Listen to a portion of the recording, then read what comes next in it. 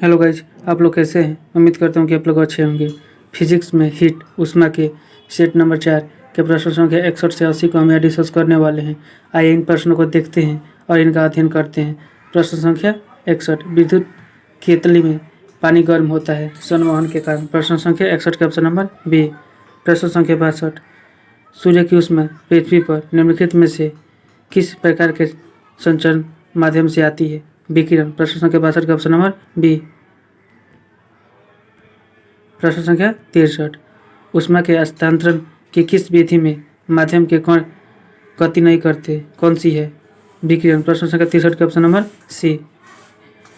विकिरण को किसी माध्यम की जरूरत नहीं पड़ती है। प्रश्न संख्या 64, उष्मा संचरण की वह विधि जिसमें माध्यम के कण गति नहीं करते, कौन सी है। विकिरण। प्रश्न संख्या 64 का ऑप्शन नंबर बी सी।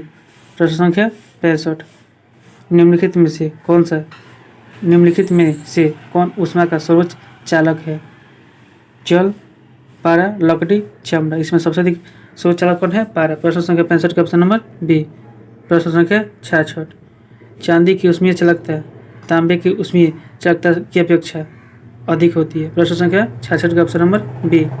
प्रश्न संख्या 67, बोलोमीटर मापन की एक युक्ति है ऊष्मीय विकिरण की। प्रश्न संख्या 67 के ऑप्शन नंबर सी। प्रश्न संख्या 68 को देखते हैं। ठंड के दिनों में लोहे के गुटके और लकड़ी के गुटके को प्रातः काल छुए तो लोहे का गुटका ज़्यादा ठंडा लगता है, क्योंकि लोहे के गुटका लकड़ी के तुलना में लोहा उष्मा का अच्छा चालक होता है। प्रश्न संख्या 68 का ऑप्शन नंबर बी। प्रश्न संख्या 69, कटे जाड़ों में छिलके सतह हिमशित हो जाती है किंतु उसके तल में द्रव अवस्था में बना रहता है, यह किस कारण से होता है। जल की सघनता 4 डिग्री सेल्सियस पर अधिकतम होती है। प्रश्न संख्या 69 का ऑप्शन नंबर सी। यहाँ आंसर मिस्टेक हो गया है, इसको सही कर लीजिए। ये वाला सही होगा, ऑप्शन नंबर सी सही होगा, ये वाला गलत होगा। ठीक है। प्रश्न संख्या 69 को देखते हैं। प्रश्न संख्या 69 के प्रश्न संख्या 70 को देखते हैं। एक टेबल पंखे को बंद कमरे में चलाने पर कमरे की हवा गर्म हो जाएगी। प्रश्न संख्या 70 के ऑप्शन नंबर ए। प्रश्न संख्या 71 को देखते हैं।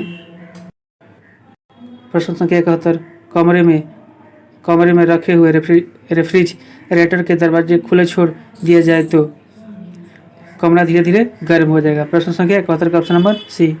प्रश्न संख्या 72, यदि किसी धातु को खाना पकाने के बर्तन बनाने में प्रयुक्त किया जाता है तो ताप चालकता होनी चाहिए क्या, कम होनी चाहिए। यदि किसी धातु को खाना पकाने के बर्तन बनाने में प्रयुक्त किया जाता है तो ताप चालकता उसकी कम होनी चाहिए। प्रश्न संख्या 72 का ऑप्शन नंबर ए। प्रश्न संख्या 73, निम्नलिखित में से कौन उष्मा का सबसे अच्छा सुचालक है। ठंडा पानी, गर्म पानी, समुद्र का पानी या आश्रित पानी। सबसे बेस्ट इसमें कौन है, समुद्र की पानी। प्रश्न संख्या 73 का ऑप्शन नंबर सी। प्रश्न संख्या 74, आणविक संगठन के द्वारा उष्मा का संप्रेषण क्या कहलाता है, संवहन। प्रश्न संख्या 74 का ऑप्शन नंबर बी। प्रश्न संख्या 75, निम्नलिखित द्रव में कौन सा उष्मा का बहुत अच्छा चालक है, पारा, पानी, ईथर की बेंजीन। इसमें सबसे अच्छा कौन है, पारा। प्रश्न संख्या 75 का ऑप्शन नंबर ए। प्रश्न संख्या 76, सूर्य विकिरण का कौन सा भाग सोलर कुकर को गर्म कर देता है, अवरक्त किरण। प्रश्न संख्या 76 का ऑप्शन नंबर बी। प्रश्न संख्या 77, शीतकाल में कपड़े गर्म रखते हैं क्योंकि शरीर की उष्मा को बाहर जाने से रोकते हैं। प्रश्न संख्या 77 के ऑप्शन नंबर डी।